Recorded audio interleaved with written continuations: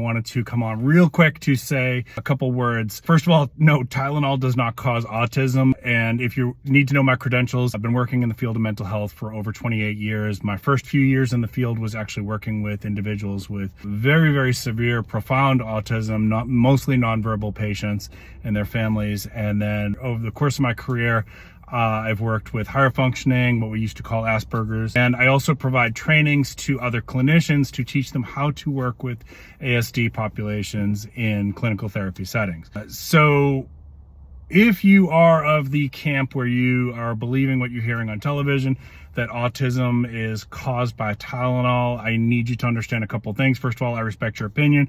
And what I'm going to say is I defer to a conversation that you can have with your OBGYN. Part of my experience, it is my responsibility, especially as a trainer, to stay on top of reading research and journal articles related to the field. In 50 years of research, we have been looking for what is the catalyst, right? So when we think of autism spectrum disorder, typically it's believed by most people in our community that there is a genetic precursor that exists, and then there's possibly an environmental catalyst. And you've probably heard all kinds of different theories about what that is, from certain food chemicals to certain things that are in medicines.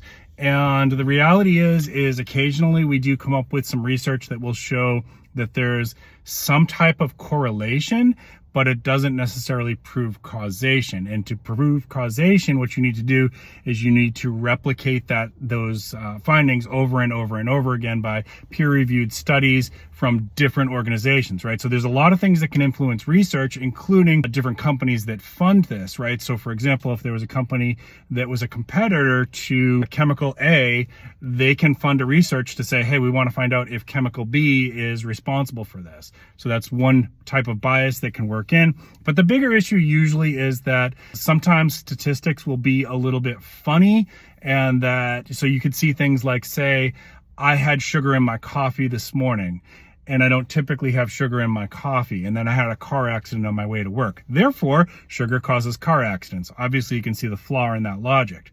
Now, if we were able to prove over and over and over again from repeated studies from independent sources that having sugar in your coffee led to a car accident, we could start to say, hey, this is a really statistically significant thing, and it's something to be aware of, okay? So my advice to everybody is, number one, talk to your OBGYN if you're worried about it. You don't have to listen to old Sarge. And number two, think critically. Don't believe everything you hear on TV, whether it be on a press report from the White House or your favorite social media influencer here like Tom Sarge. Thank you so much. Take care of your mental health. Your mental health matters.